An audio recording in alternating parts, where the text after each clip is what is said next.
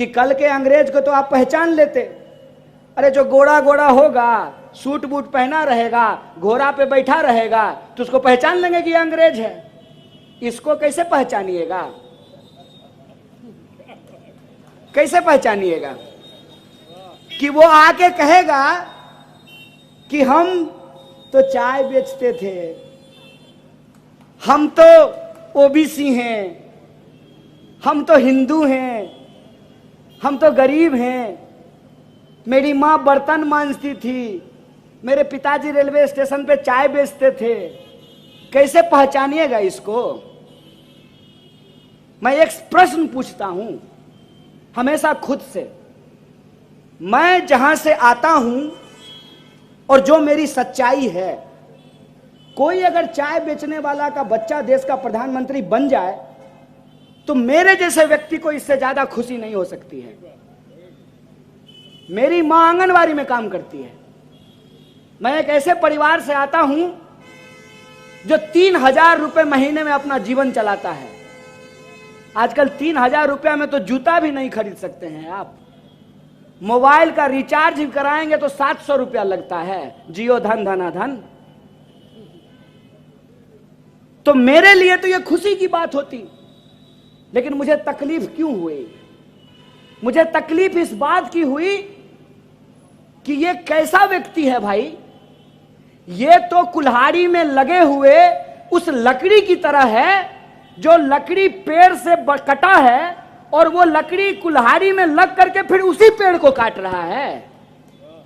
ये तो कालिदास की कहानी हो गई कि जिस डाल पे बैठे हैं उसी डाल को आप काट रहे हैं। एक गरीब व्यक्ति अगर देश का प्रधानमंत्री बना है तो वो गरीब के बारे में सोचेगा ना, वो उस देश के आम लोगों के बारे में सोचेगा ना। अगर वो सचमुच में चाय बेचने वाला व्यक्ति है तो चीनी 200 रुपए किलो बिकेगा। अगर वो सचमुच गरीब का बच्चा है तो इस देश के सरकारी संस्थान बेचे जाएंगे।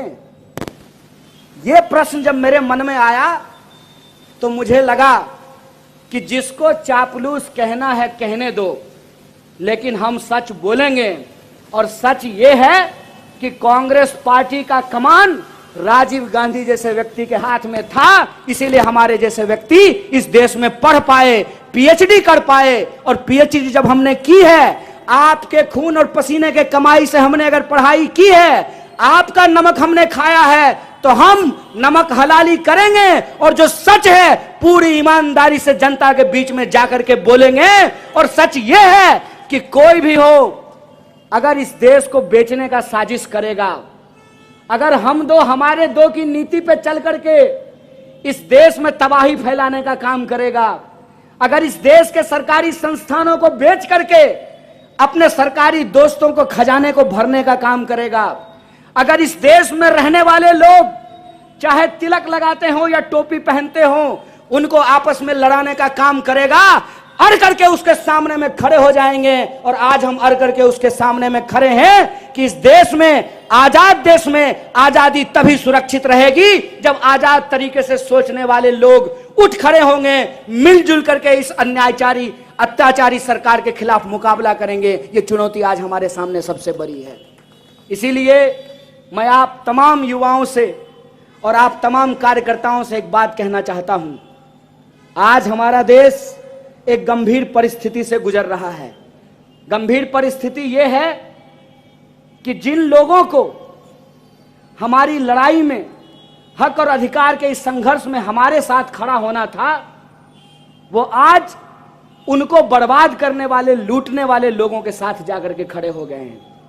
और आप कोई भी प्रश्न खड़ा कीजिए तो आपको कहेंगे कि यह तो कांग्रेस के जमाने में भी होता था। कांग्रेस के जमाने में यह होता था कि बलात्कारी को संस्कारी बताया जाए। बोलिए, ज्यादा पुरानी बात नहीं है। निर्भया का कांड हुआ था दिल्ली में, कांग्रेस का कोई नेता बोला था कि बलात्कार करने वाले संस्कारी हैं, बलात्कार वाले ब्राह्मण हैं, अच्छे कुल के हैं? कोई ये बात बोला था? आज हमारी आंखों के सामने क्या हो रहा है? जब प्रधानमंत्री लाल किले के प्राचीर से नारी सम्मान की बात करते हैं, ठीक उसी वक्त 11 बलात्कारियों को जेल से छोड़ दिया जाता है, उनको रिहा कर दिया जाता है। यह शर्मनाक है। बतौर समाज हम सड़ रहे हैं। यह हमको सोचने की जरूरत है कि हमारी संवेदना को किस तरीके से मारी जा रही है। आप सोच करके देखिए कि जिस महिला के साथ बलात्कार हुआ, वो महिला जब टीवी पे देख रही होगी वो फोटो, वो वीडियो कि उन बलात्कारियों को माला पहनाया जा रहा है, उनको मिठाई खिलाया जा रहा है, उसका दिल कितना रो रहा होगा, इस बात को सोच करके देखिए। इसीलिए मैं कांग्रेस के एक एक कार्यकर्ताओं को कहना चाहता हूं कि बहुत चुनौतीपूर्ण समय है और इस चुनौतीपूर्ण समय में अपने स्वार्थ को छोड़ना सबसे पहले जरूरी है। अगर हम अपने स्वार्थ को नहीं छोड़ेंगे, ना हम बचेंगे ना देश बचेगा, इस बात को याद रखिएगा। इसीलिए हम आप तमाम लोगों से यह आग्रह करना चाहते हैं, सत्ता थी तब सत्ता के लिए लड़ रहे थे तो समझ में आता है कि मंत्री नहीं बनाया, प्रधानमंत्री नहीं बनाया, मुख्यमंत्री नहीं बनाया। आज सत्ता के लिए नहीं, मेरे भाई मेरी बहनें, सत्य के लिए संघर्ष करने की जरूरत है, इस बात को याद रखिएगा। और मैं दावे से आपको कहता हूं, जैसे सांप का बच्चा भी सांप होता है ना, उसके अंदर जहर होता है, वैसे ही गुलाब की कली भी गुलाब ही होती है, उसके अंदर सुगंध होता है। जैसे संघी कभी भी आजादी का सम्मान नहीं कर सकते हैं, वैसे ही कांग्रेसी कभी भी आजादी का परचम झुकने नहीं दे सकते हैं, इस बात को याद रखिएगा। और आज हमारी प्राथमिकता यह है कि हमको बस एकजुट हो जाने की जरूरत है। और ये लगान टीम में आज भी इतना ताकत है कि कचरा भी अपने स्पिन से ब्रिटेन के बड़े बड़े बॉलर को बोल्ड कर दिया था। मैं दावे के साथ आपको कहता हूं कि आज अगर आप राजीव जी की जयंती मना रहे हैं तो आप ये संकल्प लीजिए कि कुछ भी हो जाए, संघ परिवार के इस लूट के खिलाफ कांग्रेस परिवार एकजुट रहेगा, इस बात को आपको संकल्प लेना है।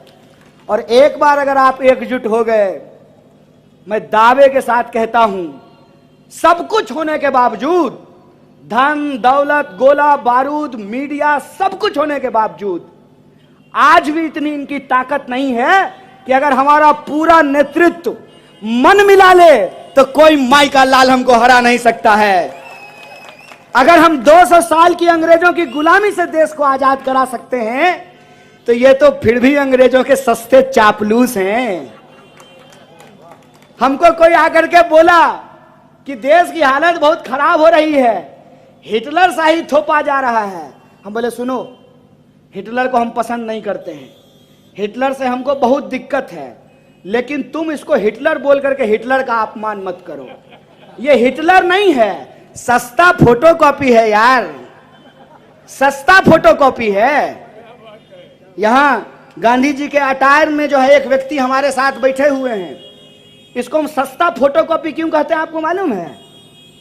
कि गांधी जी अंग्रेज से लड़े थे, कस्तूरबा को साथ लेकर घूमे थे ना, और ये देश बनाने के लिए अपनी पत्नी छोड़ करके चल दिए।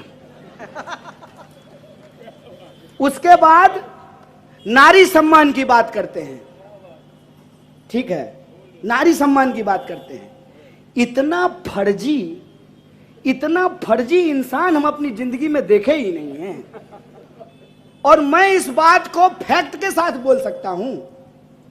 हर बार लाल किले के प्राचीर से खड़ा होकर के कह रहे थे ना कि 2022 तक सभी देशवासियों को पक्का घर देंगे। मिला क्या? मोदी जी के स्टाइल में पूछना चाहिए ना, पक्का घर मिल गया? तो जो मोदी जी ने घर दिया, इस बार उसी के ऊपर तिरंगा लगाया था ना लोगों ने। एक वादा हमको बता दीजिए जो पूरा किया हो, एक वादा, एक भी वादा पूरा अगर कर दिया हो तो हम स्वीकार कर लेंगे, हम मान लेंगे कि अच्छा दिन आ गया है। एक भी वादा अगर पूरा हो गया हो तो और मैं बस आपको याद दिला देता हूं, हर साल 2 करोड़ रोजगार की बात थी कि नहीं थी? सबके खाते में 15 लाख रुपया देने की बात थी, सब किसानों की आमदनी दोगुनी करने की बात थी, सबको पक्का मकान देने की बात थी। एक भी चीज हुआ है? हो क्या रहा है?